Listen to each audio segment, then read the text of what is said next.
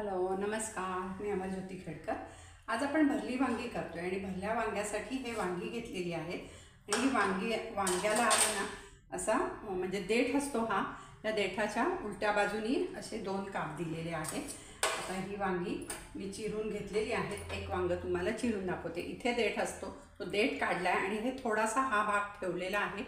आता ह्याच्यामध्ये ह्याला 2 काप द्यायचे। ते बघा, असा एक काप आणि असा एक काप, 2 काप दिले की हे असे ह्याचे वांग्यात मसाला भरायला जागा होते। आणि त्याच्यासाठी मी आज काय काय मसाला घेतलाय ते तुम्हाला दाखवते। हे बघा, बारीक एकदम चिरून अर्धा कांदा घेतलाय। हा ऑप्शनल आहे, तुम्हाला पाहिजे तर घाला, नाही घातला तरी चालतो। 1 टेबलस्पून लसूण आणि हे आल्याची पेस्ट घेतली आहे। चवीपुरता मीठ घेतलं आहे। 1 छोटा चमचा टीस्पून लाल तिखट घेतले। नंतर हळद घेतली आहे अर्धा टीस्पून आणि 2 टीस्पून मी हे घेतलं आहे, गोडा मसाला घेतला आहे। गोडा मसाला नसेल तुमच्याकडे तर जो काही तुमचा मसाला असेल, म्हणजे ज्याच्यात गरम मसाला आहे असा जो मसाला असेल तो घाला। नंतर मी थोडं ओलं खोबरं घेतलं आहे आणि 4 टेबलस्पून मी दाण्याचा कूट घेतला आहे। आणि ह्याच्यामध्ये घालायला हे बघा, आत्ता ह्या मिश्रणात मी ह्यातली अर्धी कोथिंबीर घालणार आहे आणि अर्धी मी वरतून भाजी झाल्यावर घालणार आहे। तर ह्या मिश्रणात आता मी ही कोथिंबीर टाकून देते आणि हा अर्धा टोमॅटो आहे।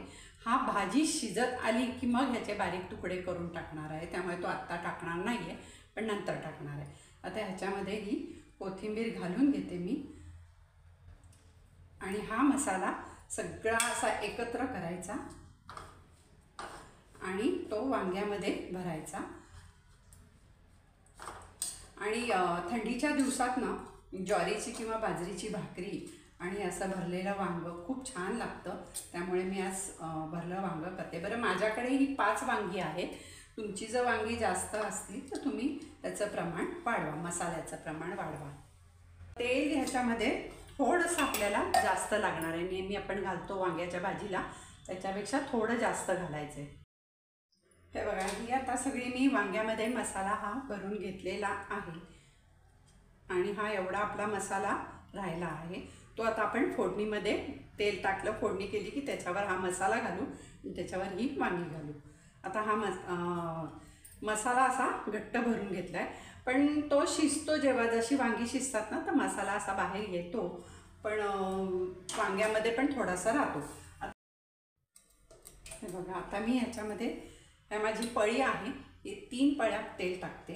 नेहमी मी 2 टाकते, पण आज मी 1 पळी जास्त टाकणार आहे, कारण ह्या भरल्या वांग्याला ना थोडंसं तेल जास्त असलं ना तर ती छान लागतात, त्यामुळे कधीतरी असंच तेल थोडंसं जास्त घालायला हरकत नाही। आता हे तेल तापलेलं आहे, थोडंसं आपण मोहरी टाकून बघू।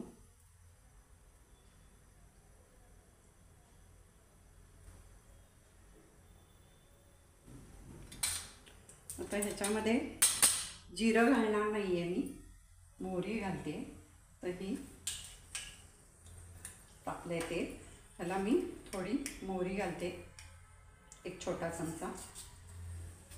तसंच वांग वातूड असतं, त्यामुळे ह्याच्यामध्ये हिंग हा घालायलाच पाहिजे, नाहीतर ते त्रास होतो पोटाला। त्यामुळे थोडा हिंग घातलेला आहे मी आणि हा कढीपत्ता घालते फोडणीमध्ये। कढीपत्ता घालून झाला की आपल्याला ही वांगी ठेवायची ह्याच्यावर अशी तेलावर।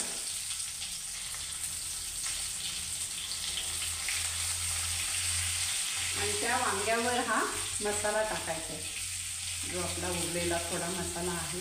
त्या मसाल्यामुळे थोडीशी ग्रेव्ही होते त्याला आणि थोडा छान लागतो।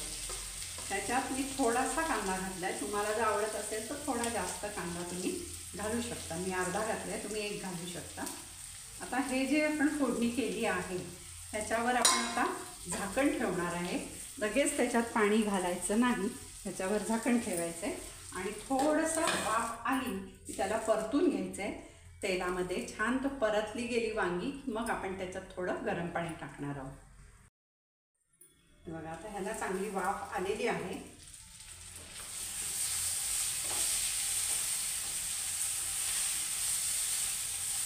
मसाला परतून घ्यायचा, पण तुमची कढई खूप पातळ पण असता कामा नाही, नाहीतर मसाला खाली जळेल, म्हणजे वांग जळेल, खाली लागेल. त्यामुळे कढई पण तुमची, आता हे बघा तुम्हाला दिसत असेल हे वांग ना थोडं मऊ व्हायला सुरुवात झाली आहे. हे कवळी वांगी आहेत आणि ह्या दिवसात वांगी छान मिळतात आणि वांगीच छान होती, त्यामुळे मला वांग बघितल्या भरलं वांग करावं असं वाटतं. तर हे बघा इथे दिसतंय ना, हे थोडंसं मऊ झालेलं आहे. आणि आता आपण ह्याच्यामध्ये पाणी घालूया, म्हणजे थोडीशी ग्रेव्ही होईल आपली. आता थोडा तुम्हाला अगदी सुकं पाहिजे असेल तर तुम्ही थोडं 2 चमचे पाणी घालत ते वांगं शिजू द्या. पण थोडीशी ग्रेव्ही केली ना तर छान लागतं. हे मी जे ताटली होती त्याच्यामध्येच मी पाणी गरम करून घेतलेलं आहे आणि मी थोडं ह्याच्यामध्ये पाणी घालते.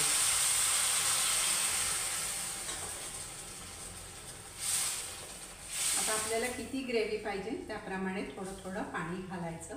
आत्ता मी एवढं थोडं घातलेलं आहे. बघू आता हे वांगं आपण शिजत ठेवूया आणि शिजायला आलं ना की बारीक त्याच्यामध्ये टोमॅटो कापून टाकायचं आहे आपल्याला, कारण आधी जर टोमॅटो टाकला ना तो एकदम गाळ होऊन जातो. म्हणून आता वांगं शिजायला आलं की आपण टोमॅटो टाकू. आता वांगं शिजू दे, मी 5 मिनटं त्याला झाकून ठेवते. हे बघा बरोबर 5 मिनटं झालेली आहेत आणि मी झाकण काढून बघते. वाव, इतका सुंदर रस्सा झालेला आहे आणि तवंग पण त्याला खूप छान आला आहे बघा. आणि वांगी तुम्हाला दिसत असतील शिजली आहेत बघा. वांगी खूपच कवळी होती त्यामुळे ती पटकन शिजली आहे. तुम्हाला दिसतंय काय बघा, तुम्हाला दाखवते. वांग मोडायला लागले हे बघा. नुसतं मी हे लावते त्याला चमचा तर ते वांग मोडलं जाते.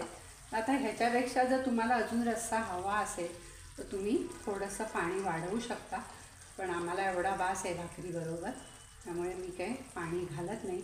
आता हे आपलं वांग शिजलेलं आहे. ह्याच्यात आता आपण कोथिंबीर आणि टोमॅटो घालूया. हे बघा आता ह्या वांग्यामध्ये आपण हे घालतोय, टोमॅटो घालते मी. टोमॅटो घालून एक वाफ घ्यायची, म्हणजे तो थोडासा मऊ पडला पाहिजे, अगदी शिजला नाही पाहिजे पण मऊ पडला पाहिजे. तर टोमॅटो घालते आणि कोथिंबीर घालते वरतून आणि थोडीशी गॅस अगदी 1-2 मिनटं चालू करून मी त्या वाफेमध्येच हे ठेवून देणार आहे.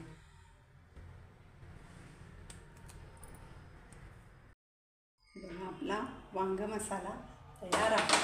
हां, काय सुंदर दिसते भाजी आणि वास पण फारच छान येतो आहे. अशी भाजी करून बघा आणि तुम्हाला कशी वाटते ते मला कमेंटमध्ये नक्की सांगा. आणि आपल्या चॅनलला लाईक करा, शेअर करा आणि सबस्क्राईब करा. आणि दुसरं एक सांगायचं आहे मला की ही भाजी आहे ना थंडीच्या दिवसात खावी, कारण याच्यात आपण दाण्याचा कूट घालतो, खोबरं घालतो, सगळे मसाले असतात. थोडी हेवी असते पण ती थंडीच्या दिवसात पचते आपल्याला, कारण थंडीमध्ये आपल्याला काही खाल्लं तरी पचतं. त्यामुळे थंडीच्या दिवसात खायला काहीच हरकत नाही. आणि वांगी आता सध्या खूपच छान मिळत आहेत, छोटी वांगी, काटेरी वांगी. तर तुम्ही बाजरीच्या भाकरीबरोबर, ज्वारीच्या भाकरीबरोबर ही भाजी करा आणि खाऊन बघा आणि मला कमेंटमध्ये नक्की सांगा. धन्यवाद.